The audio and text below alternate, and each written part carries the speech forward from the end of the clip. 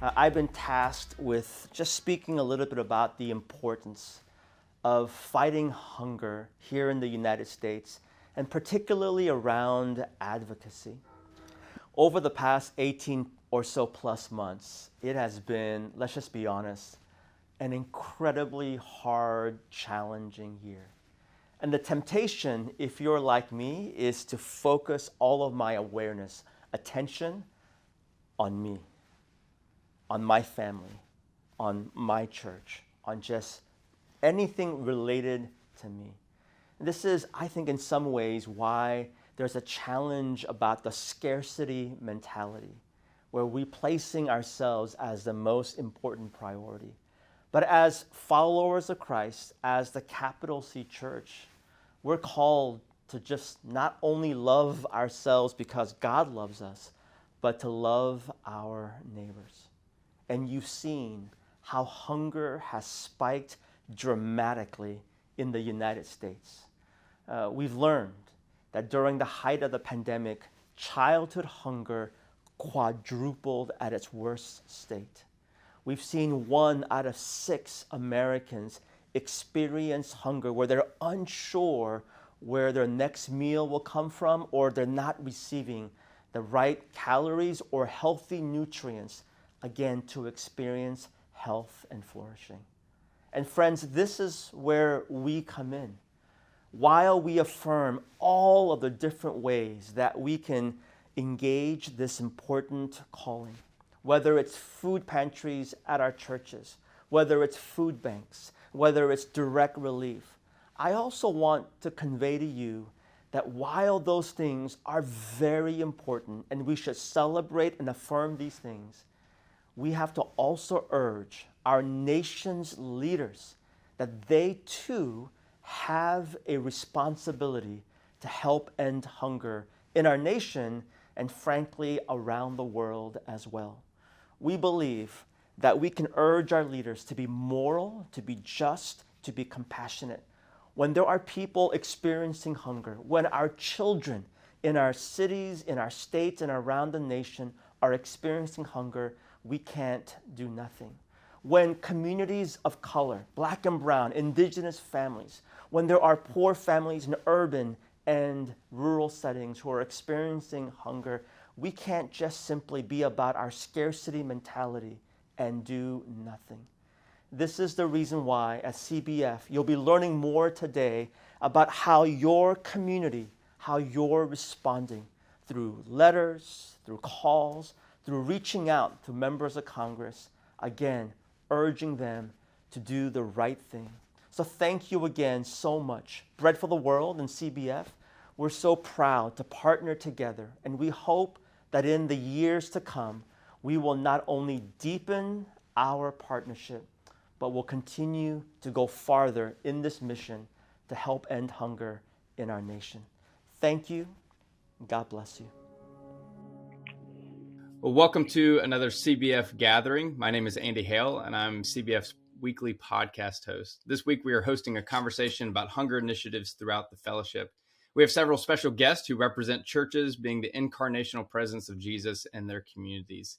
Suzanne Huey is the Minister of Missions and Spiritual Formation at First Baptist Church in Dalton, Georgia. Michelle Carroll is the Associate Pastor of Missions at First Baptist Church in Frankfort, Kentucky. And Bradley Boberg is the Senior Pastor at Ox Hill Baptist Church in Chantilly, Virginia. Thank you for joining the conversation. Each of you are doing fascinating work in fighting hunger in your community. Let's learn a little bit more about your church and what do you want people to know about the work you're doing? Michelle, we'll start with you. Sure. So our program is perhaps different than a lot of people's. We have a free medical clinic in our church, and we've partnered with the food pantry to provide food prescriptions to people. So it helps people when they have a new diagnosis that they need to change their food all at once, or for people who are trying to get through having all of their teeth pulled or something. And we're able to help do that through the food pantry, completely providing the funds for that. Bradley? Yeah, so our food ministry is rather new for us. Just as the pandemic started, we began partnerships with several area organizations, and we provided food for children under the age of 18 for about a year, 15 months. And then the program morphed into becoming a partnership with another organization, the Boys and Girls Club, where we provide food for the children and the families of the Boys and Girls Club that meet here at the church, as well as any other families in our community that are in need. And so it's been a progression of meeting the needs as they have changed during our time. First, the pandemic, as many of our individuals in our community found themselves without jobs, working from home. We met that need, serving around 50,000 meals. And then that changed into becoming now having a commercial refrigeration system and pantry for the Boys and Girls Club. Suzanne? Well, at First Baptist Dalton, we have always been really focused on hunger issues. That's sort of, I guess, we have an overall arching theme of our church. It would be hunger, addressing hunger. So we have multiple programs. We have one where we provide children on a weekly basis food to eat over the weekends that are don't have enough food, and they eat both of their meals, most of them, at school during the week. And so we realized that was a big issue. So we call it Saturday Sacks, and we send food home with the children. And that has grown into another food ministry that we call Red Tubs. And so during the holidays, we give those families enough food to eat for a couple of weeks during the Christmas break when those children aren't at school. And so during COVID, that is more for us as well, into being able to feed those children when they weren't at school, and offering food during the weekends. We partner with a local food bank here and do multiple programs with them. And we purchase all of our food from them, which we get pennies on the dollar. So it allows us to serve a lot more people than we would if we were just buying it from a grocery store or something like that. I think a lot of people, if they're at least willing to admit it to themselves, they have a certain perception about what hunger is and who faces hunger in this country. In their mind, whether it's a certain type of person or a certain type of community, most of us have a preconceived notion about some of these issues. So I wonder if you're willing to share, what are some of the most common misconceptions about hunger and food insecurity? Suzanne, we'll start with you. I think most people are surprised by the people who live right beside us who are hungry. The children, we have several educators. We are partnered with a local school, and the way one of our Saturday Sacks missions started was they came and told us a story about children crying when they went home on Fridays because they were so food insufficient and they were hungry. And so out of that, when we started looking, this school's about half a mile from our church, and the families live around it. So we do address children hunger in a big way. But another thing that we do, one of our ministries, is for senior adults. And there are senior adults at our church that live alone, particularly during the pandemic. And we provide them a meal every week, and we deliver it to their home. And it's part of an outreach ministry as well, because they're lonely, and just make sure we give them a touch. But I think a lot of people are surprised that we have elders who, for whatever reason, don't have access to, cooked meals or easy access to food. I think a lot of times people are surprised by the level of hunger that we see right around us. Michelle? I think when we want to look at food and hunger holistically, we have to think about the fact that it's not just if you have food or not, but it's about how available and how affordable and how accessible are healthy foods for you. Especially with our work through the clinic, we're always thinking about how is this going to impact your health? And too often the junk foods, the full of sugar, super processed, are the cheapest and easiest things to get, especially when you start getting into food deserts where a convenience store is their closest food access. So I think as we sort of look at this holistically, we have to start talking about how are we getting vegetables to people? How are we getting things that they have time to cook at the same time? Because I know sometimes that's more time intensive.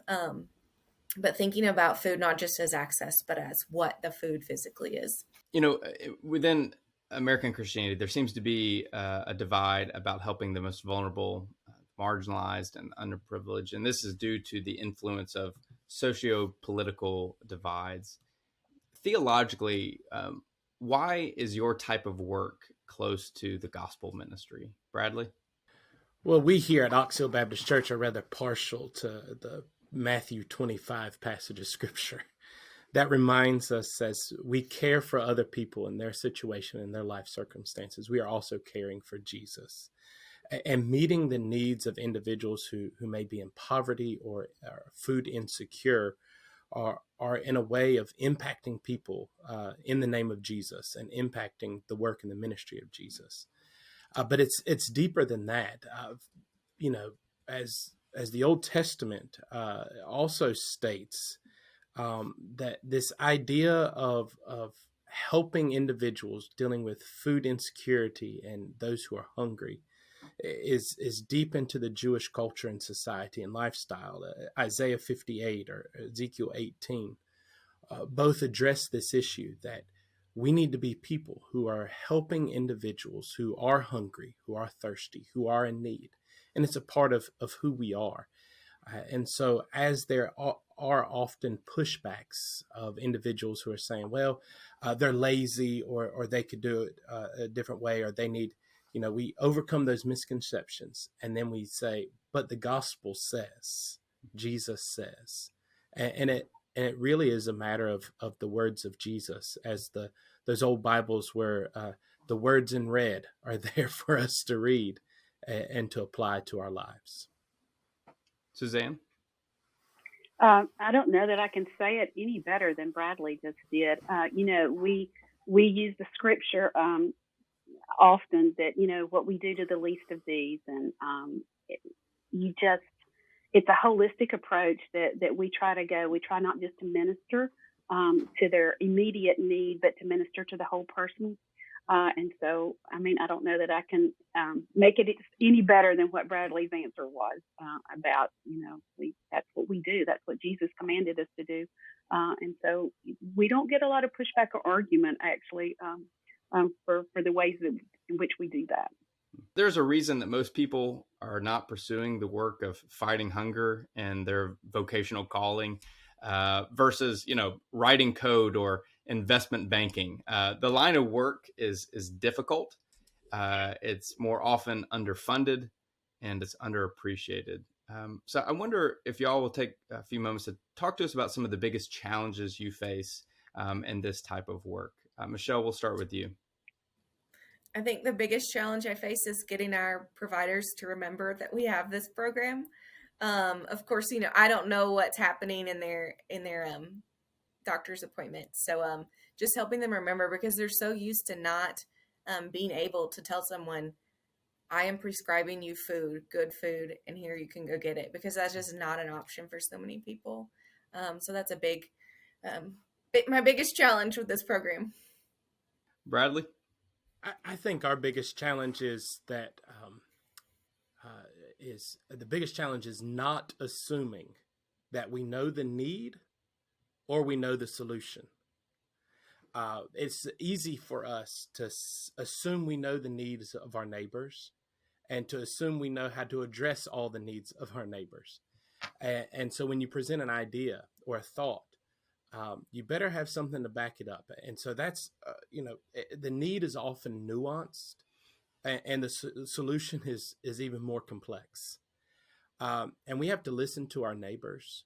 We have to listen to our partners in ministry and together work towards solutions. Because if we're assuming needs, if we're assuming that individuals have a food need and it's not intertwined with other things, if we're assuming that they have a poverty need and there's not other things that are involved in that, then we're really neglecting to fully help our friends and our neighbors in our community. And so for us, our biggest challenge is the assumptions of what the need and what the solution are. Amongst other things, of course, finding funding is always a big need. Finding volunteers is always a big need as well. But I think the assumptions we bring into it is one of the biggest hurdles we have to get across. Suzanne, biggest challenges y'all face? I can think of a couple. One is because we're dealing with children and students who are, even middle school, high school, there is a stigma attached to being the recipient of handouts and food, and so it's always a challenge for us to figure out how to serve them and not take away any dignity. To do it in a way that the other students don't know, but it's so desperately needed. So it's a balance there of how we do that and still maintain their dignity. The other part is, and we've addressed that a little bit, is the food insecurity is just a part of what's going on. There's nothing I want more than the families that we serve and the children we serve not to need this next year. That we can help them in different areas.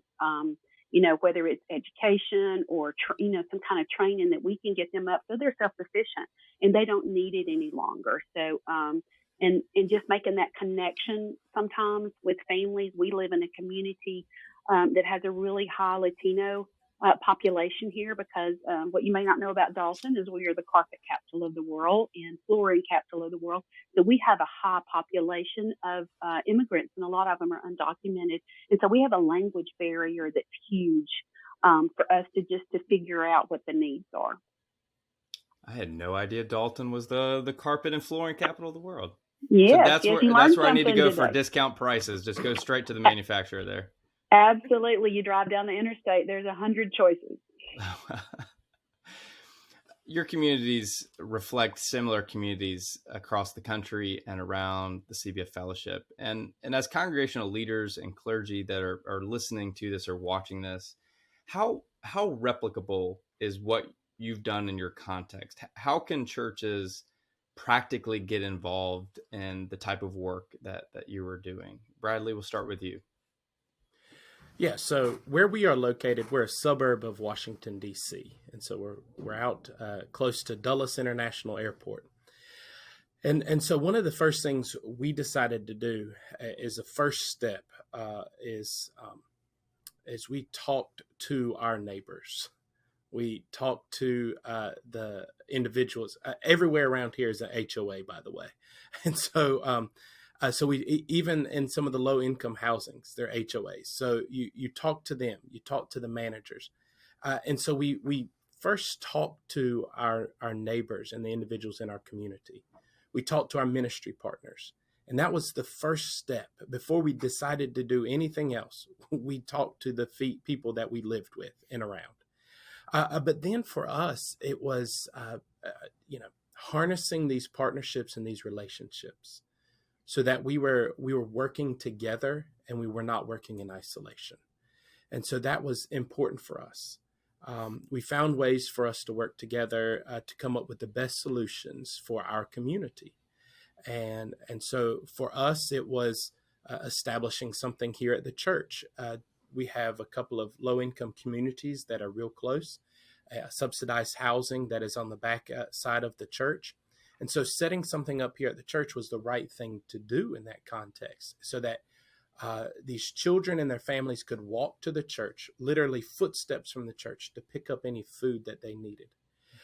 And so for us, it was doing all that groundwork to make sure we were doing what was right. And then one of the things that I realized practically of how churches can do this is start small.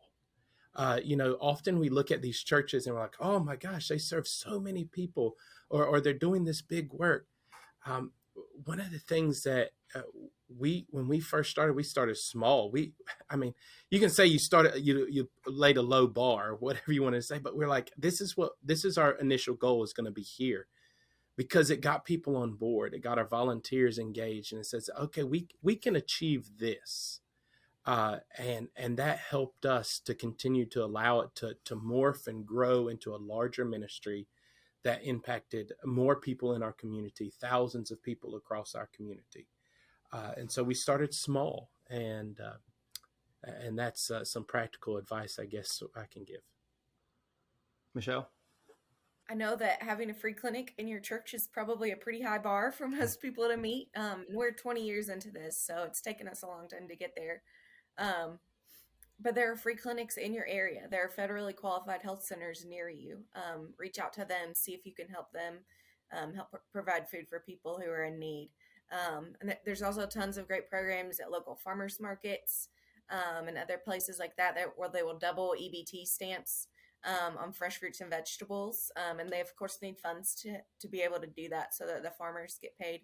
But all those are great ways that you can reach out to different people in your community who are thinking about health, who are thinking about healthy food, and trying to provide that for people.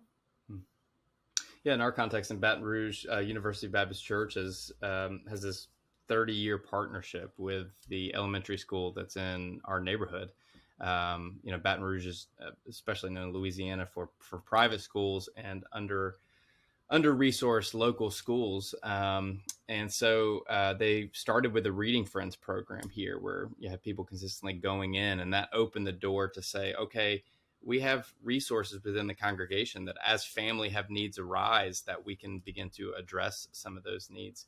And then it's expanded in the last couple of years, very similar. And what some of y'all were sharing about holiday meals, and maybe not, here's a meal that we've already cooked for you, but here's the ingredients and all the things you need that maybe as a family, y'all can create a memory together by making this Thanksgiving meal or making this Christmas meal together. And I think that's a great word of start small, start with what seems reasonable, getting people on board, and then growing and developing from there as the Spirit leads you into greater territory. Andy, I want to add one thing to that as you were talking about the holiday programs, just as a word of advice. As we in our community, we are diverse. We have people from all over the world who are in our backyard here as a suburb of DC.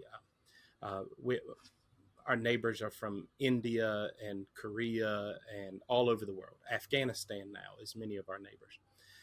One of the things that we had to be practical about and think very hard on is what I often assume my meal is going to be different than what they assume their meal is going to be. And so we had to learn what it was to meet the needs of individuals from around the world.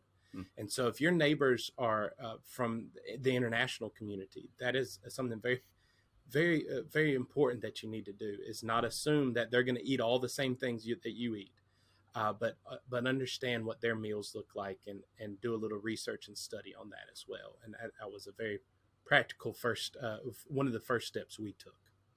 So when we talk about not wanting our families and our community to be hungry and finding ways to end food insecurity in this country, let alone the world, another aspect of this work is advocacy. So I wonder, in what ways has your congregation gone to local or to state or even to the federal representatives about the issues in your community and in your state? Suzanne, we'll start with you. We have a coalition of nonprofits that includes several of our churches that have addressed hunger to our city officials and our county officials, particularly during COVID, when there were so many of them that had CARES Act money, and they didn't really know how to spend it or where to spend it. They applied for it without a lot of details, and so our group has been able to step in and go, here are the hunger needs, and we need a food pantry in this neighborhood because transportation is an issue, and we need access to cold food so that they can have milk and meat and things like that. And so while it was something that we started during COVID, it's something that I see our community continuing, and it was just an opportunity for us to raise awareness to the community of some of the needs that they weren't even aware of in our community. For all the long hours, the heartbreak, the difficult stories, the setbacks, the lack of funds, the lack of appreciation, there are stories of stomachs being filled, sustainability being created, and empowerment taking place. So what can we celebrate about your work? Michelle, we'll start with you. I think the thing to celebrate about our specific program is that people are thinking about food insecurity in a bigger way than just having access to food. People are starting to ask, what kinds of food do people have? Are they able to cook it? Is it okay for their health? And how affordable is that? And I think that makes such a bigger difference than when we just talk about, do you have food? So that we're able to holistically help the person so that they're not just getting food, but they're getting good food that helps their health that makes them able to go to work more, that lets them earn more money so they can pay their bills more. It's a holistic version, and you're talking about healthy foods with helping a person get that. And Suzanne, what do you think? We celebrate the fact that this program is honestly a simple program to implement, that we've been able to share it with communities all across, our CBF fellowship. It is a simple one, but what a huge impact it has when we can feed these children over the weekend, and we've gotten better at it because a lot of these children are home alone and need to be meals and stuff they can prepare themselves. So I guess we've gotten smarter the longer that this program has gone on, and made it made it easier for the children themselves to feed themselves. But just watching the success of the program in other areas has been something that we've enjoyed celebrating. Bradley? Yes. So a couple of things that I think we can celebrate. One, I always celebrate when we're willing to say, let's change from this to better address the needs as they currently stand. And that's one of the things that we were able to do is to change the program to better address the needs constantly. But I celebrate the victories that come along the way. And the connections and really because of the relationships that we make with all our partners in our community. A man was coming to get food for months, and we were able to connect him with an organization to help supply more of his needs. And ultimately, we were able to connect him with a company to get a job. And so he was able to get a job because he was unemployed at the time. We were able to connect some families that were coming for their food needs to our English classes that we provide here at the church as well. And so it went not just their food needs were being provided for at that time, but then we were able to push beyond that to help them to learn English. And I just learned one of them is on a path to citizenship now. Just in the last year, they decided to take that route now. Then we had a couple of individuals, a family who came many months, I don't know, 6 months or more to receive food every time we were providing food, and either the mother or the father would come and to receive the food. And then next thing you know, they stopped coming. And about 6 weeks later, they showed back up together as a family, and they were able to change. They had gone through a program with a local organization that we connected them with. Their lives changed, and they were able to find some security with their food needs. And so they had saved some money to come and bring back to us, to offer us the offering of saying, here, we want to help now those that come beyond you. And so it's stories like that keep us going and help us to know that we are doing a good work. We are doing a gospel work. And it keeps us reminded that though we are addressing the need of food insecurity, that it's a much bigger than just food insecurity of what we are doing here. We are helping people in their lives to find fulfillment and enrichment far beyond just their next meal. Well, if you want to stay connected and learn more about the work being done with these three dynamic ministers and their congregations, click on the links provided on this post and video. You can also check out cbf.net for more information about the work being done by field personnel, chaplains, advocates, and other congregations around the fellowship. Be sure to download and subscribe to CBF Podcast through iTunes, Apple Podcast, SoundCloud, Google Podcast, and more.